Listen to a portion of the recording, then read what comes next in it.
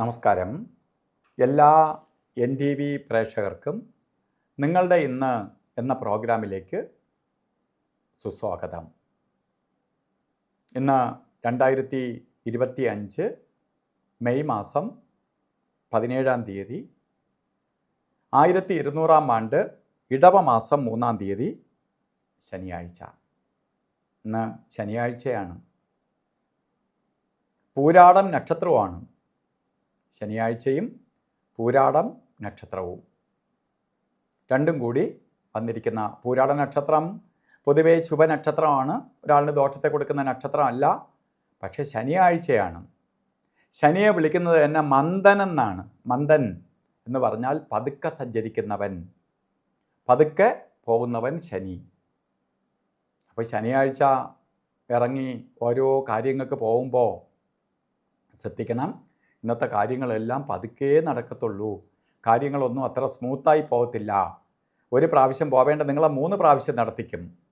1 kilometre പോവേണ്ട ആളിനെ 3 kilometre ഓട്ടിക്കും എന്ന് പറയും പോലെ.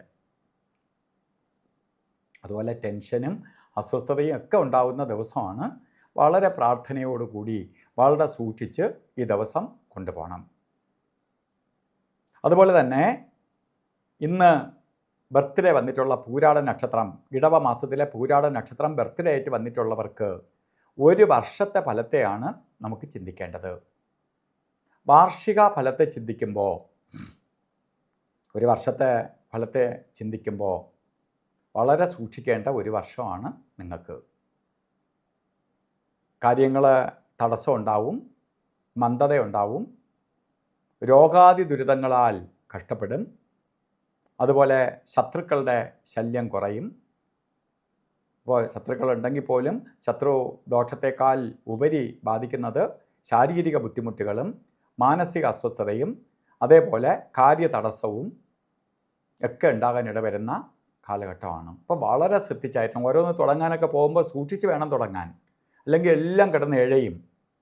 നിങ്ങൾക്ക് സമയബന്ധിതമായി കാര്യങ്ങൾ പൂർത്തീകരിക്കാൻ പറ്റാതെ വരും. എന്തെങ്കിലും അസുഖം വന്നാൽ പോലും സമയത്തിന് സുഖം പ്രാപിക്കാത്ത അവസ്ഥയുണ്ടാവും.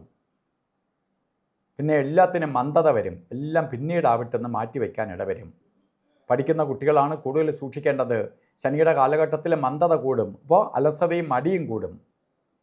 അപ്പോൾ ഇതിനെ നമുക്ക് അതിജീവിക്കാൻ വേണ്ടി ബിസിനസ് ചെയ്യുന്നവരാവട്ടെ, ജോലി ചെയ്യുന്നവരാവട്ടെ, കുട്ടികളാവട്ടെ, നമുക്ക് കുട്ടികളാണെങ്കിൽ ശനീശ്വര യന്ത്രവും വിദ്യാ രാജഗോപാല യന്ത്രവുമായി ചേർത്ത് പിള്ളേർക്ക് ഒരു വർഷത്തേക്ക് ഒരു പ്രൊട്ടക്ഷനായിട്ട് ഒരു യന്ത്രം കെട്ടിക്കൊടുക്കണം. മുതിർന്നവരാണെങ്കിൽ ശനീശ്വര യന്ത്രവും ധന ആകർഷണ യന്ത്രവുമായി ചേർത്ത് സാമ്പത്തികമായിട്ട് ബുദ്ധിമുട്ട് വരരുത്, തടസ്സവും മാറണം, നമുക്ക് ശനിയുടെ ദോഷവും ബാധിക്കരുത്, ഒരു പ്രൊട്ടക്ഷനായിട്ട് കെട്ടിക്കൊള്ളുക. ഇന്നത്തെ ദിവസം അത്ര നല്ലതല്ല എന്ന് ഞാൻ പറഞ്ഞു. ഓരോ കാര്യങ്ങൾക്ക് ഇറങ്ങുമ്പോൾ രാവുകാലം യാത്രയ്ക്ക് സൂക്ഷിക്കണം. ശരിക്കും രാവുകാല സമയം 9 മണി മുതൽ 10:30 മണി വരെ എന്ന് കലണ്ടറിൽ രേഖപ്പെടുത്തിയിട്ടുണ്ടെങ്കിലും നമ്മളുടെ രാവുകാല സമയം 9 മണിക്ക് ആരംഭിക്കില്ല. 9:14 തൊട്ട് 10:47 വരെ രാവുകാല സമയമുണ്ട്. ഈ സമയം ഒന്നാമത് ദിവസം കൊള്ളത്തില്ല. ആ സമയം ഒഴിവാക്കുക യാത്രയ്ക്ക്. അതുപോലെ യമകണ്ഠകാല സമയവും ഗുളികകാല സമയവും ഒരു ശുഭകാര്യത്തിനും എടുക്കരുത്. അതിൽ ഗുളികകാല സമയം വരുന്നത് 6:07 തൊട്ട് 7:40 വരെയും യമകണ്ഠകാല സമയം വരുന്നത് 3:54 തൊട്ട് 5:28 വരെയും. ഈ സമയം ഒരു ശുഭകാര്യത്തിനും എടുക്കരുത്. ഇന്ന് ചില കാര്യങ്ങൾ ചെയ്തേ തീരുള്ളൂ എന്ന അവസ്ഥ വരികയാണെങ്കിൽ മാത്രം നിങ്ങൾ അഭിജിത്ത് മുഹൂർത്തത്തിന് പ്രാധാന്യം കൊടുക്കുക. 11:57 തൊട്ട് 12:45 വരെ 48 നേരം അഭിജിത്ത് മുഹൂർത്തമുണ്ട്. ഇടയ്ക്കൊരു 4 മിനിറ്റ് മാത്രമേ കൊള്ളാതെ ഉള്ളൂ. അന്ന് ആ സമയം നമുക്ക് യൂസ് ചെയ്യാം. ഇന്ന് ഓരോ കാര്യത്തിന് ഇറങ്ങുമ്പോഴും ശനിയുടെ പ്രഭാവമുള്ള ദിവസമാണ്, ശനിയുടെ ചൈതന്യമുള്ള ദിവസമാണിന്ന്.